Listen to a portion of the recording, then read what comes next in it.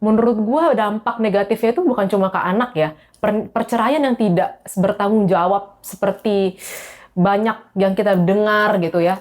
Itu juga berdampak buruk loh buat si pasangan itu sendiri. Kalian sebagai individu juga kena gitu loh dampak buruknya.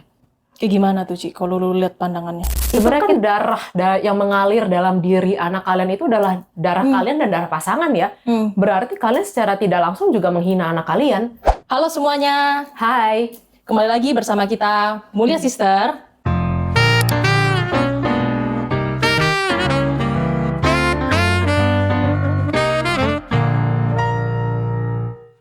Kakak beradik yang hobi membahas masalah Psikologi. Terima kasih teman-teman yang sudah mampir ke channel kita dan yang sudah kembali untuk kesekian kalinya. Kita juga mau terima kasih bagi teman-teman yang sudah subscribe, komen, dan memberikan banyak dukungan lewat IG kita maupun lewat komen-komen YouTube ya. Gue lagi pengen banget yang ngebahas tentang kasus yang di tahun 2026 ini menggemparkan dari Sabang sampai Merauke ya. Kayaknya seluruh Indonesia itu turut berkomentar atas kasus ini, yang tidak lain tidak bukan adalah perceraian artis dan juga selebgram yang lain-lain. Iya, ya mungkin teman-teman bisa mengira-ngira sendiri artis yang bersangkutan karena dari tahun berapa sampai di Agustus 2026 ini kasusnya masih berlanjut dan semakin kesana semakin kemari gitu. Iya, jadi kayak dari kasus intinya apa, malahan ini udah berujung malah lari-lari cabang ya nih ya, Ci ya? Ya, emang kalau gue mau ngomong perceraian itu bukan sesuatu yang mudah dan tidak segampang itu emang untuk ditarik akarnya ya. Yes. Dan mungkin bisa dibilang juga perceraian itu bukan hal yang buruk juga atau hal yang bagus. Jadi menurut gue itu adalah hal yang netral dan setiap orang berhak memilih untuk bercerai ataupun stay dalam pernikahan. Tapi sebelumnya di video ini gue pengen bilang kalau pernikahan atau perceraian yang kita bahas ini konteksnya adalah pernikahan yang sama-sama saling cinta. Betul. Dan sama-sama saling konsen. Ya, betul. Jadi bukan yang di blackmail atau dipaksakan, atau ini perjodohan, atau misalnya ada pihak yang satu suka, satunya lagi nggak suka karena dengan berbagai situasi ya. Berarti ini adalah pernikahan yang penuh dengan kesadaran memilih satu sama lain. Ya, betul. Dan satu lagi, gue sendiri belum menikah. Jadi gue tidak mau menjadi orang yang paling sok tahu membahas tentang perceraian sebenarnya. Apalagi tentang pernikahan, jadi kita ngeliat dari sisi observer ya teman-teman. Dan dari sisi ilmu-ilmu yang sudah kita pelajarin. Yes, dan mungkin dari teman-teman sendiri juga boleh agree to disagree atau boleh juga nggak apa-apa, nggak sependapat sama kita. Anggap aja konten kita kali ini itu kayak anomali lah. Kita memberikan opini aja gitu loh, pandangan. Betul. Karena kita ingin membagikan apa yang ingin kita bagikan gitu. Kan sama aja kayak situasinya menurut gue sih ini sama aja kayak lu komentarin masakan tapi lu sendiri mungkin nggak bisa masak.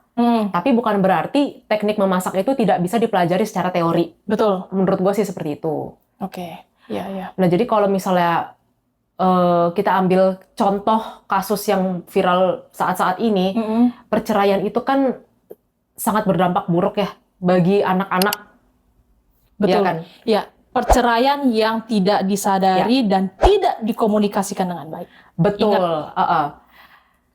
Gimana ya? Emang bener sih banyak yang bilang kasihan anak-anaknya. Kenapa? Karena ketika dua orang yang memutuskan bercerai ini masih mempertahankan ego masing-masing, itu dampaknya langsung ke anak sih kalau gue lihat ya. Betul. Gue sering ngeliatnya lagi itu adalah ketika kedua orang tuanya ini bercerai, yang satu ngambil peran sebagai korban, yang satu lagi adalah sebagai pelaku. Dan yang mana korban dan pelaku ini tanpa disadari mereka curhat sama si anak ini. Itu bahaya banget sih. Ketika lo membeberkan keburukan pasangan lo kepada seorang anak, dia pasti banget dia akan mengambil pihak. Pasti. Apalagi biasa pihak yang dia ambil sisinya itu adalah si korban. Nah, jadi ketika anak ini melihat orang tuanya itu udah bukan ngeliat sebagai orang tua secara murni ya. Narasinya tuh kebanyakan misalnya nih, papa kamu itu nggak benar tuh, selingkuh nih. Atau nggak, mama kamu tuh tukang ngatur-ngatur nih. Jadi sebagai anak mereka ngeliat, oh ya mama tuh tukang ngatur, papa itu tukang selingkuh. Padahal sebenarnya kita sebagai anak berhaknya adalah melihat orang tua itu secara seutuhnya sebagai ya orang tua, bukan sebagai cerminan atau kacamata pasangan. Betul. Ya, jadinya tuh kalau kita bercerai secara tidak tanggung jawab ya, Mm-mm. itu akan menambah luka Kepada anak. kepada anak, luka yang tidak diperlukan. Betul. Unnecessary. Betul, sebenarnya setiap anak tuh pasti punya luka terhadap orang tua, tapi dengan lu gimana ya, tidak bertanggung jawab, lu sendiri yang pilih pasangan itu, terus lu sendiri yang memutuskan bercerai, dan lu sendiri yang tidak mau ownership atas kesalahan lu, itu semua larinya pasti ke anak. Betul. Dan apalagi misalnya udah dinamikanya itu adalah korban dan pelaku, sudah pasti, ini kebanyakan kita tidak sadari, narasi terhadap perceraian tuh berbeda. Nah, kan tadi kita bilang kan bahwa kalau misalnya kita tidak sadari, ini akan menambah luka. Jadi ketika misalnya dari sisi korban bilang, oh ya, papa kamu nyakitin mama, atau mama nyakitin papa, tapi giliran kita nanya sama orang tua yang satunya lagi, kenapa nih kok cerai? Oh ya, mama kamu yang memilih secara ini kok, secara sendiri, papa nggak ikut tanggung jawab. Jadi kan ada dua narasi nih berjalan bersama. Iya. Anak ini akan jadinya confused. Kenapa ya orang tua gue seperti ini? Dan mereka alih-alih kayak melihat dan merangkul kedua orang tuanya. Oh ya pak, ma, aku tetap sayang sama kalian. Mereka malahan jadi kayaknya gue nggak berhak deh semenjak lahir. Apa gara-gara gue ya orang tua gue bercerai? Iya, benar. Dan jangan lupa ya, ketika misalnya kalian menghina pasangan kalian yang sudah kalian ceraikan ini depan anak kalian, itu kan darah yang mengalir dalam diri anak kalian itu adalah darah kalian dan darah pasangan ya. Berarti kalian secara tidak langsung juga menghina anak kalian. Betul. Anak itu akan mempertanyakan identitasnya. Misalnya lu bilang, suami gue itu gak mampu biayain keluarga, dasar laki gak guna, bapak kamu tuh gak ada guna. Anak itu pasti akan bertanya-tanya, oh berarti emang dalam diri gue ada sesuatu yang tidak berguna. Betul. Dan itu akan mengefek terhadap self-worth-nya dia, sehingga nanti selain dia mengemban beban terhadap luka orang tua, dia juga mengemban beban dari orang tua, misalnya dari mamanya itu. Jadi udah ekstra beban, udah ekstra trauma dia dengan orang tua tersebut, ini ekstra lagi trauma pandangan orang tua yang satu terhadap yang lain. Ya, gue tahu nih mungkin bahasanya complicated banget buat kalian. Jadi emang ya pernikahan itu tidak mudah, makanya di video-video kita yang sebelum-sebelumnya kita selalu bilang pilihlah pasangan itu secara sadar. Ya. Karena gimana ya, di dunia ini tuh menurut gue nggak ada yang pasti sih. Betul. Yang pasti itu hanyalah ketidakpastian. Betul. Secinta-cintanya kalian sama seseorang, kalian nggak bisa garansi ke depannya dia akan seperti itu terus. Betul. Gitu. Betul. Dan paling penting juga, sebelum kalian menikah, pastikan kalian itu punya perjanjian pranikah. Ya untuk ngurusin yang kayak gini-gini gitu loh. Iya kan? Betul. Dan dari tadi kita ngomongin soal anak. Menurut gue dampak negatifnya itu bukan cuma ke anak ya. Perceraian yang tidak bertanggung jawab seperti banyak yang kita dengar gitu ya. Itu juga berdampak buruk loh buat si pasangan itu sendiri. Kalian sebagai individu juga kena gitu loh dampak buruknya. Kayak gimana tuh, Ci, kalau lu lihat pandangannya? Sebenarnya kita sering juga bahas di video kita sebelum-sebelumnya, ya ketika lu terus-menerus belum bisa ownership atas kesalahan yang lu lakukan di pernikahan sebelumnya, ya which is banyak ya, sering gak sih lu denger kayak, alah gue cerai tuh soalnya suami gue tukang selingkuh, ini. Tapi gue yakin banget ketika lu masuk ke dalam sebuah pernikahan yang lu berdua sama-sama konsen, ketika sebuah perceraian itu terjadi, lu pasti ambil andil dalam kesalahan itu. Nggak mungkin lu 100% nol, nggak pernah ada salah tuh, nggak mungkin banget. Karena kalau misalnya orangnya selingkuh nih, ya, tindakan apa nih berarti dari kita yang bikin dia selingkuh? Walaupun selingkuh itu salah ya. Ya, betul. Pasti gitu. Ketika lu belum bisa ownership, lu ke depannya kemungkinan besar lu akan attract lagi yang kayak pasangan lu sebelumnya. Hanya dengan wajahnya aja yang berubah. But the lesson atau pembelajarannya itu tetap sama. Sampai lu akhirnya bisa ownership, oh ya gue emang dulu begini sih. Ya pantas aja sih dia begitu ya karena gue jahat juga. Iya benar. Dan sedikit menambahkan ya mungkin selain ini mengenai pernikahan yang konsen atau perceraian yang konsen juga, gue mau nambahin mungkin pendapat kita ini tidak bisa applicable terhadap perceraian yang mana salah satu pasangannya itu berusaha untuk penghabisan nyawa atau enggak kayak mengancam nyawa gitu loh. Jadi mungkin ya gue paham di sini mungkin beberapa orang memutuskan gue kayaknya mesti cut kontak nih karena ini mengancam jiwa anak gue dan gue.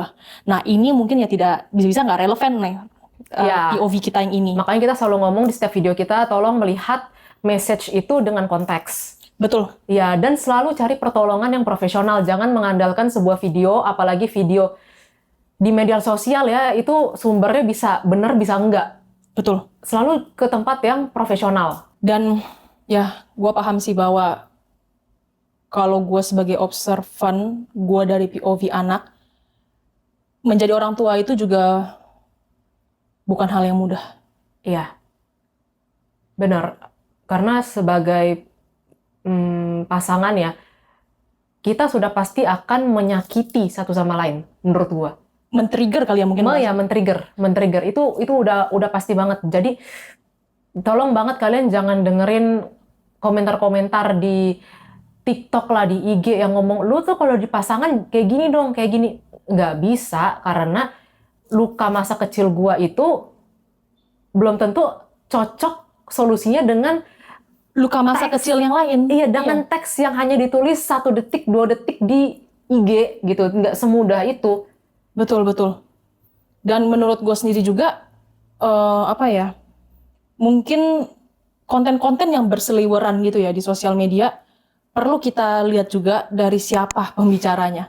Betul. Karena mungkin kalau pembicaranya ini dia udah terluka banget, terus udah gitu, masa lalunya banyak, kayak hubungannya banyak yang red flag, mungkin kalau dia tidak sadari terhadap luka dia tersebut, dia akan memberikan banyak POV membahayakan. Contohnya, kalian jangan nikah ya, karena nikah itu A, B, C, D, E. Malahan semua dikasih negatifnya, padahal pasti pernikahan itu juga ada positifnya kok. Jadi biasnya itu benar-benar ngeliatnya adalah dari kacamata, gue wounded banget nih. Ya, makanya kalau gue dengar kasus perceraian gitu, gue gak mau memihak sih, karena gue yakin banget kedua-duanya pasti Ambil andil. Setuju. Dan untuk para masyarakat yang sangat baik hati, tolong juga kita semakin upgrade dalam berkomentar ya.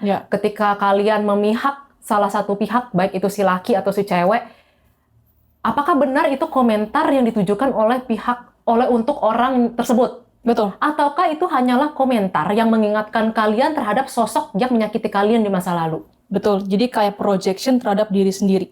Iya. Apakah itu benar-benar selaras gitu ya? Gue bingung sih bahasa yang tepat. Makanya kita jarang banget kan dengar orang-orang mindfulness itu yang mau berkomentar banyak tentang hal-hal kayak gini.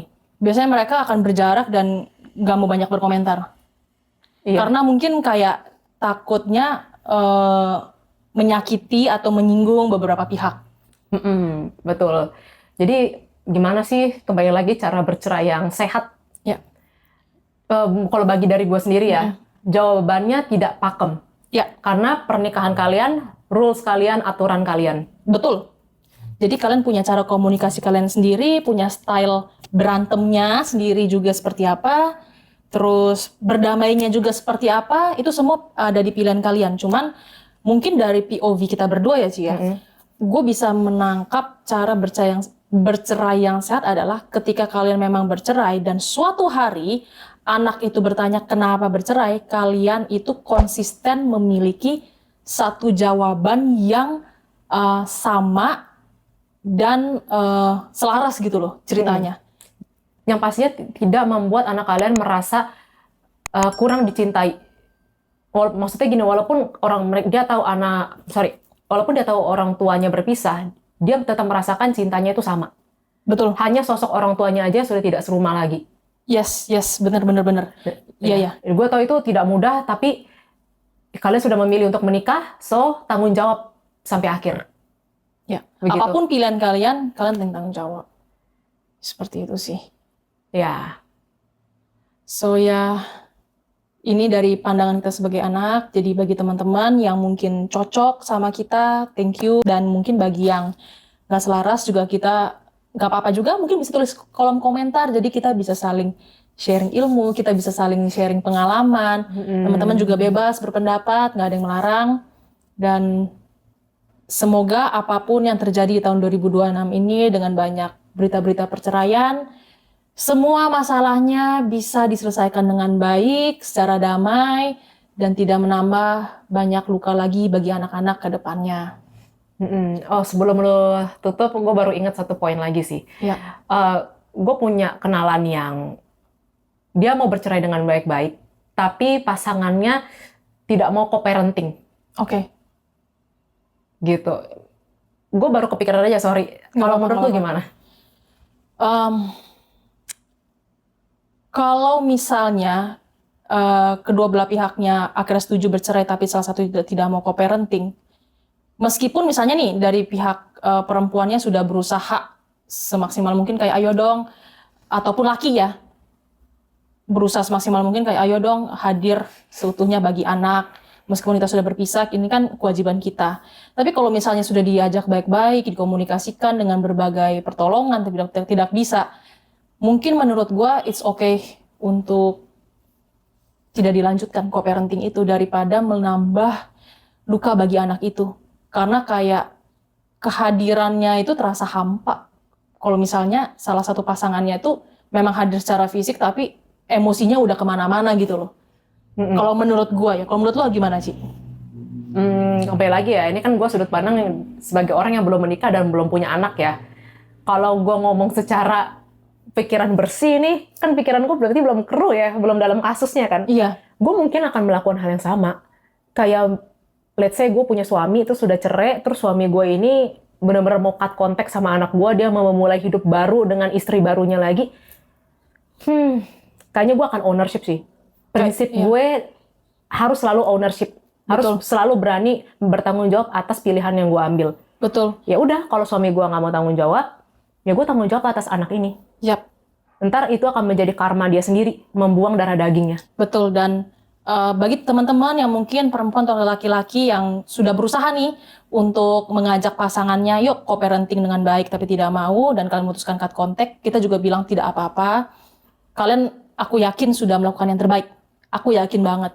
Dan ya mungkin bisa dengan beberapa figur ya yang bisa mewakili, misalnya kalau misalnya dari sisi perempuan yang nggak ada, bisa ke omanya, bisa ke tantenya, ataupun kalau misalnya laki-laki bisa ke kakeknya, omnya, yang mana menurut gua sah-sah banget kalau kalian melakukan itu.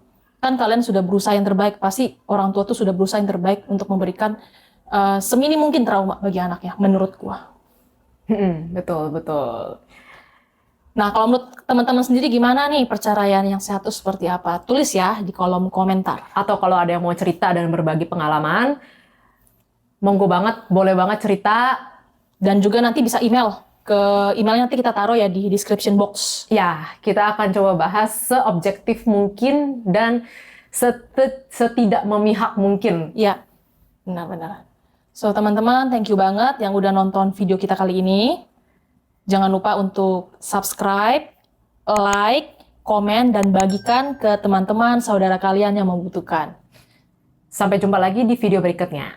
See you guys. Bye. Dadah!